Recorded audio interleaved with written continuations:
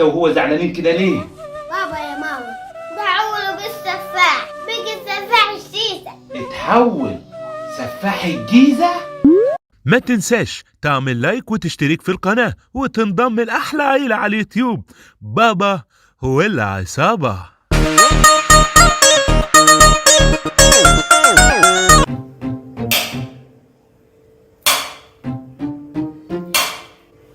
عزيزي المشاهد، تم استبدال اللحوم التي يستخدمها سفاح الجيزة في مشاهده بالشطة الخضراء نظرا لارتفاع الأسعار وعدم وجود ميزانية كافية في الإنتاج. شكرا لحسن تفهمكم.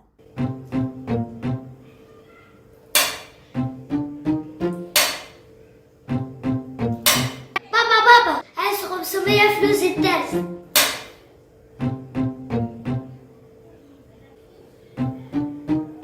إذا ما قال لي ربي أما استحييت تعصيني وتخفي الذنب عن خلقي وبالعصيان تأتيني فكيف أجيب 500 ايه؟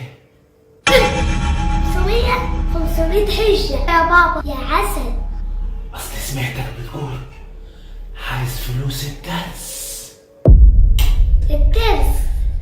الترس يبقى يوجعني.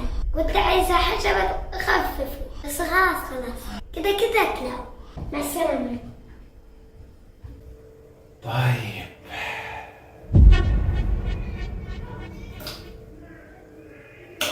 يا بابا عايزة 2 شنيه عشان أجيب شنطة المدرسة.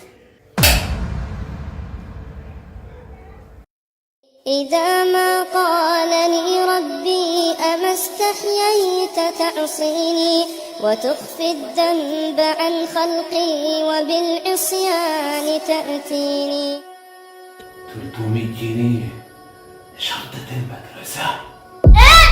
لا عايزة شنطة أنا أصلا ما أروحش مدرسة. أنا أتعلم صنعة أخذ منها عيش. وما تعالى أخذوا إيه بس سهلة يا بابا. طيب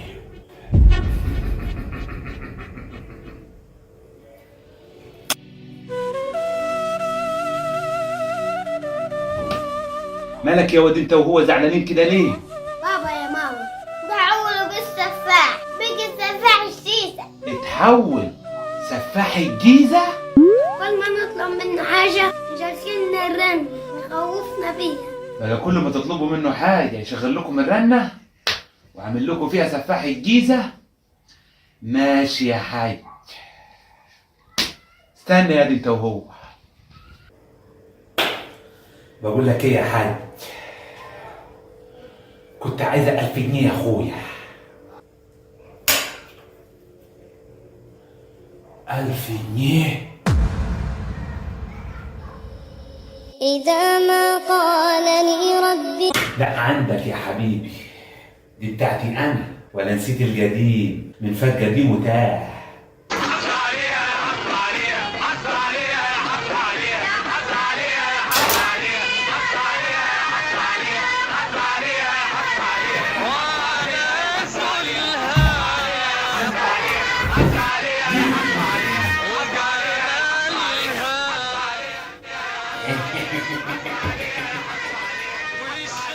تعمل لي فيها سفاح، اعمل لك فيها ري مسكين.